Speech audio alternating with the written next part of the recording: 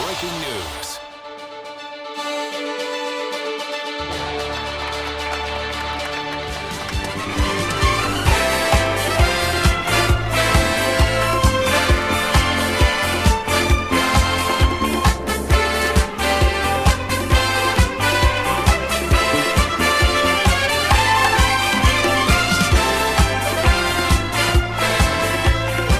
Welcome back to Remembering the Razzies! What's up, everyone? Do you like politics? I sure hope you do, because this week we watched Hillary's America.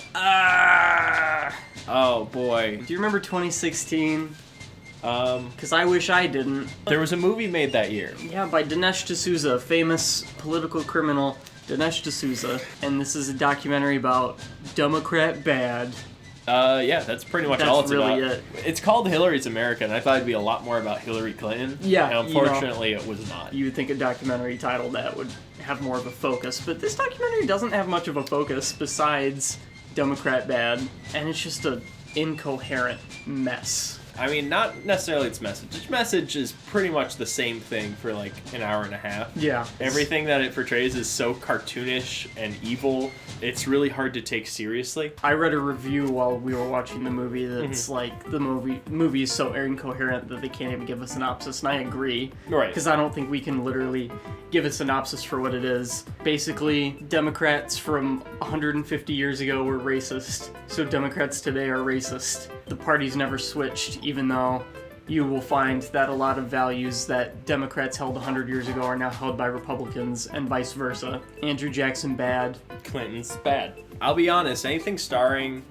what's his name? Dinesh D'Souza? Dinesh D'Souza. Anything starring him in the beginning is very funny. He portrays his jailing as like the man just wants to keep me down. I did nothing wrong. And he tells these fake criminals like, yeah, I'm in here because I gave too much money to one of my friends. It's really funny because like, yeah, you did. That's a crime, bud. And the only way that they can make it seem like not a crime is they hire a bunch of actors to be like murderers and thugs. So yeah, I guess compared to like murdering someone, it's not that bad, but you still committed a crime, bud. And then he just keeps going. It's just a tangent after a tangent of loose threads that don't fit well together, and history lessons that he claims are secrets but everybody knows about. It just feels like this whole movie is just an insult to my intelligence. Right.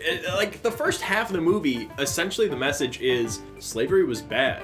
Democrats did slavery.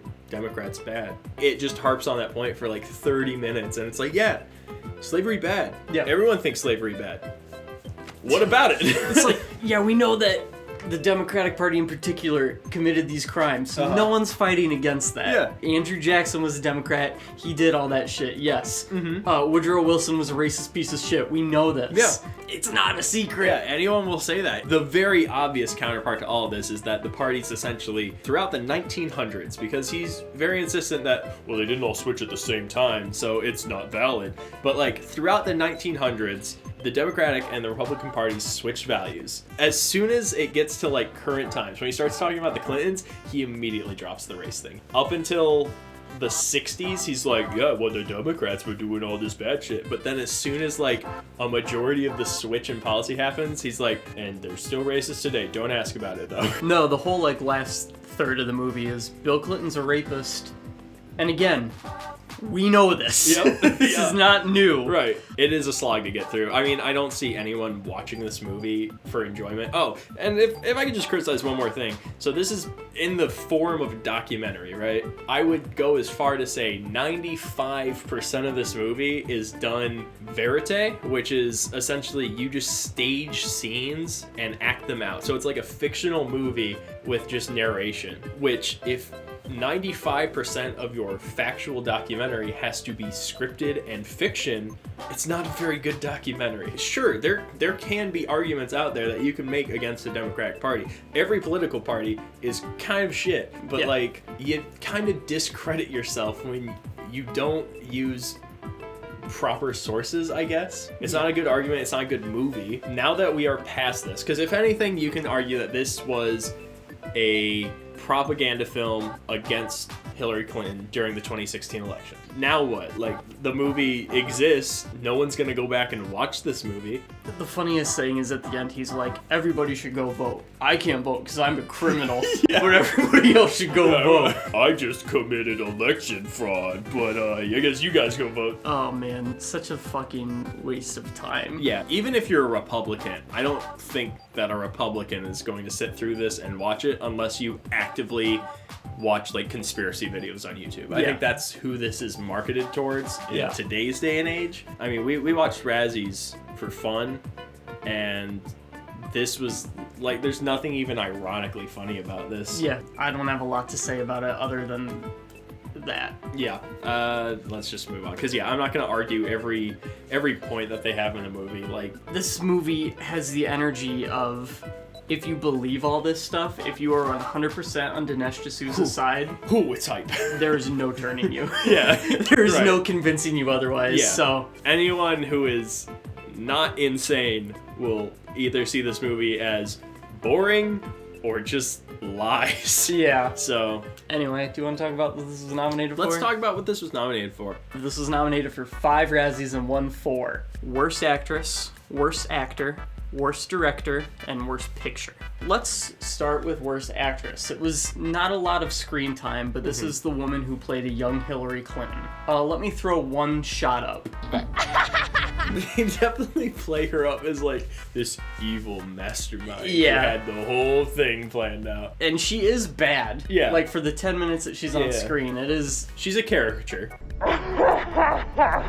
Worst actor for Dinesh D'Souza as himself. I'm going to give this to him. Yeah. But this is the same as Kirk Cameron, where he's just playing himself. Right. I did dislike him in this movie. Yeah. The way he compares himself to like criminals in the jail system, where he's like off reading a book and then there's gang violence happening behind him and he's like, Couldn't be me. yeah, I don't belong here. I'm white collar criminal, not blue collar. So it's like, fuck him. But Yeah. at the same time, like, he's not an actor, he's just playing himself. And he can have our next award, Worst Director. Worst director. So everything is shot in verite. Yeah. And it's shot like garbage. Yeah, it looks shot like like trash. shit, where you have like a person in the lower third of the screen with nothing else around them. Beyond that, it's also like just paced really poorly. They keep looping back to same points that they've made before. There's like 3 endings to this movie. Yeah. Bottom line, Dinesh D'Souza as a director, as a documentary film director, awful. All right, what else was nominated for Worst Picture? This was nominated against Zoolander 2, Independence Day Resurgence, Gods of Egypt, Dirty Grandpa, and Batman vs. Superman: Dawn of Justice. There are 6 nominated films versus 5. Oh, When Dinesh D'Souza won these awards, he made a video and he was like, basically you guys are just mad because Trump won and this is your revenge on me. As a egotistical director would say. And I do kind of feel like they threw the 6th nomination on, because Razzies like to do that sometimes, especially in the past few years. They like to get a little more into the political sphere. yeah, I do agree that this kind of seems like it was just a pot shot, like, towards this movie. But then again, But this movie is awful. yeah, this movie does suck. I just don't like when the Razzies nominate political things. They definitely lean one way more than the other. Yeah. Like, I've seen some pretty cringe liberal stuff too,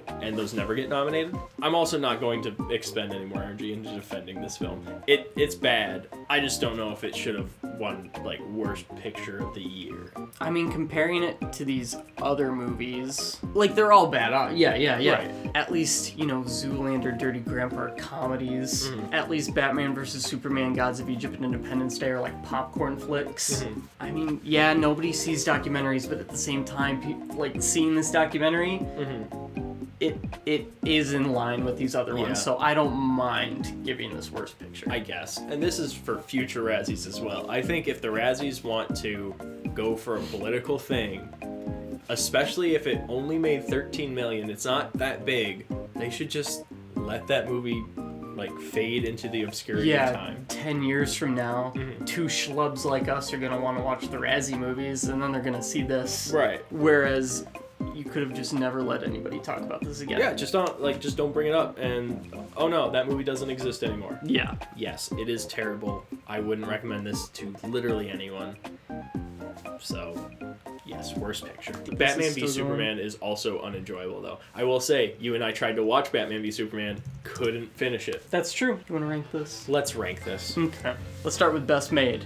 This one is near the bottom. Yeah. If not at the bottom. I'd put it right above Saving Christmas, because Saving Christmas, at least this one Had variety. Yeah, had some variety and editing. Saving Christmas had like a 6-minute scene where they focused on a rock in a cave. Yeah. At least this movie felt like a documentary film, whereas Kirk Cameron's Saving Christmas didn't know what the fuck it was. Right. I think if you put this movie on mute, you'd be convinced like, oh, this is an actual documentary. As long as you don't like ingest any of the information, you're like, oh, these are probably all real people that he's talking to, and it's a real documentary. You get really confused because you'd be like, okay, wow, this is a documentary about prison. Oh no, it's about American history. No, now it's about Hillary Clinton. And people are singing. What the fuck? Yeah. And most entertaining, once again, pretty low. Yeah, I would honestly put this last. Yeah, I would rather rewatch Kirk Cameron's Saving Christmas. I would too. At least that had some genuine laughs for me. Yeah, some good memes. Not just straight up, I can't believe I'm watching this. This is ridiculous laughs, but some, oh, that's pretty stupid. Yeah. All right. Well, that was Hillary's America.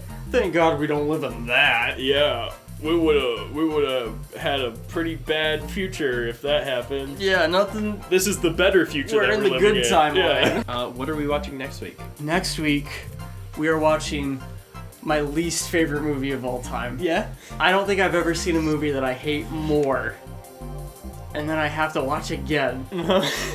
The Emoji Movie. Woo! Emoji Movie. Do you have an end bit? There's There's nothing real. I don't care to make fun of 2016 anymore. the only thing I can think of are 2016 memes, but then I'm like, I don't want to. You'll throw up some 2016 memes. But I'm trying to figure out how we get them to have Pokemon go to the polls.